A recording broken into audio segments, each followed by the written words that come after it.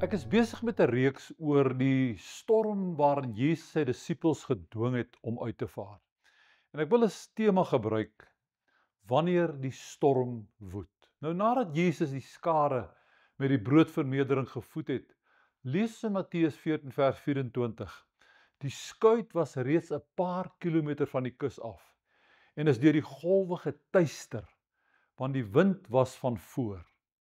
Terwyl Jesus in die nag op die berg besig was om te bid, was sy disippels in die middel van die meer in 'n stryd om lewe en dood. Hulle was van tevore ook al in so 'n storm. Maar toe was Jesus by hulle in die skuit, daar in Markus 4. Maar hy het geslaap. Hulle kon hom wakker maak in daardie storm, om hulle te help en die storm stil te maak. Maar hierdie keer was hulle egter alleen. Hy was op die berg en hulle was in die skuit op die see. Kan jy jou hulle benoudheid indink? Dis nag, stikdonker. Rondom hulle is net water. Daar is nêrens 'n baken of 'n liggie nie. Die storm woed genadeloos. Die reën kom in vlae oor hulle gewaai en die golwe spat skuimend oor die kant van die boot. Die vissersboot se kante was relatief laag en dit was hoegenaamd nie gebou om sulke storms te trotseer nie. Hulle kon waarskynlik later nie meer al die water wat in die boot ingestroom het uitskep nie. Behalwe hulle vrees vir die oënskynlik onvermydelike en naderende waterdood, was daar sekerlik ook vrae en worstinge in hulle hart. Waarom het Jesus hulle in hierdie storm uitgestuur? Hoekom het hy nie saamgekom nie?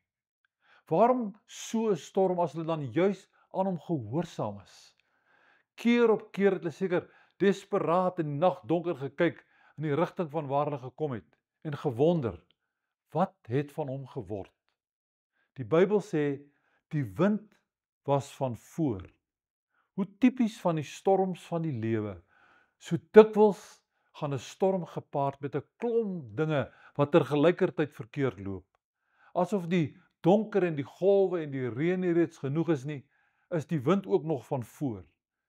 Ken jy daardie tye wanneer dit voel asof alles net verkeerd loop? Dalk beleef jy tans so 'n storm. Dan wil ek graag vandag saam met jou bid. Here Jesus, ek bid in hierdie oomblik saam met iemand wat in 'n storm verkeer. Iemand wat ook die wind van voor het en nie weet hoe om die situasie in 'n lewe te hanteer nie. Bring asseblief in hierdie oomblik 'n sekere en stille wete dat U nie van haar, van hom vergeet het en dat daar 'n pragtige getuienis uit hierdie storm gebore sal word. Dankie Here Jesus.